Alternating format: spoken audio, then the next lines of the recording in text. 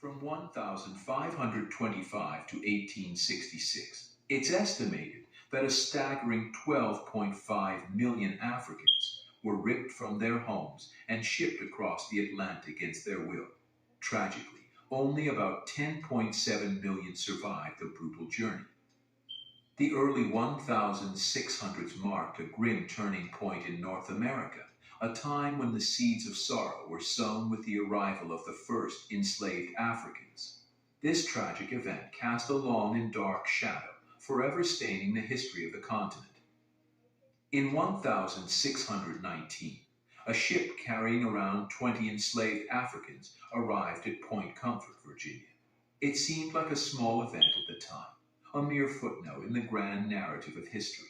But this arrival, this forced disembarkation onto foreign soil, was a pivotal moment, a turning point that would set the stage for centuries of systematic enslavement in the American colonies. The brilliant Ghanaian scholar Abina Busha, a powerful voice for justice and equality, recognized the profound significance of this moment.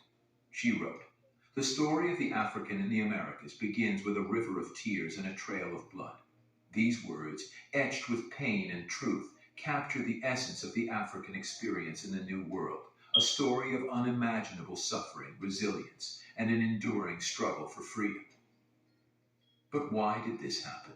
What drove European colonists to embrace such a cruel and inhumane system? The answer, in large part, lies in economics. The colonies held the promise of vast agricultural wealth, but cultivating labor-intensive crops like tobacco, cotton, and sugar required a large and readily available workforce. Initially, colonists relied on indentured servants from Europe, people who agreed to work for a set period in exchange for passage to the New World. But this system proved insufficient to meet the growing demand for labor. And so, driven by greed and a callous disregard for human life, plantation owners turned to the enslavement of Africans, seeing them not as human beings with rights and dreams, but as commodities to be bought, sold, and exploited for profit. The expansion and entrenchment of slavery. In the early 1700s, the institution of slavery in America took a sinister turn, its grip on the land and its people tightening like a vise. In 1705, Virginia, a colony founded on the ideals of freedom and opportunity, passed a law that would forever stain its history. A law that made slaves perpetually enslaved, solidifying the concept of chattel slavery, where human beings were legally treated as mere property.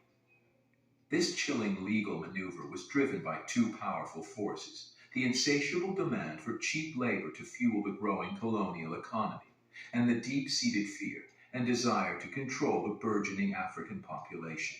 As the number of enslaved Africans grew, so too did the anxieties of the white colonists, who sought to create a system that would ensure their dominance and maintain the profitability of their plantations.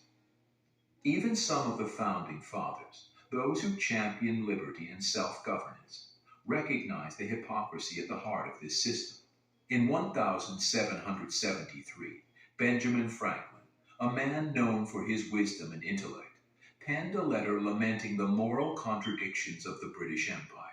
He pointed out the absurdity of Britain priding itself on freeing enslaved people who landed on its shores, while simultaneously allowing its merchants to profit handsomely from the very trade that had enslaved them in the first place. The roots of this deeply flawed system could be traced back to 1619, when the first slave farm in North America was established in Jamestown, Virginia. What began as a small-scale enterprise would, by the late 17th century, become deeply entrenched in the social and economic fabric of the southern colonies. The invention of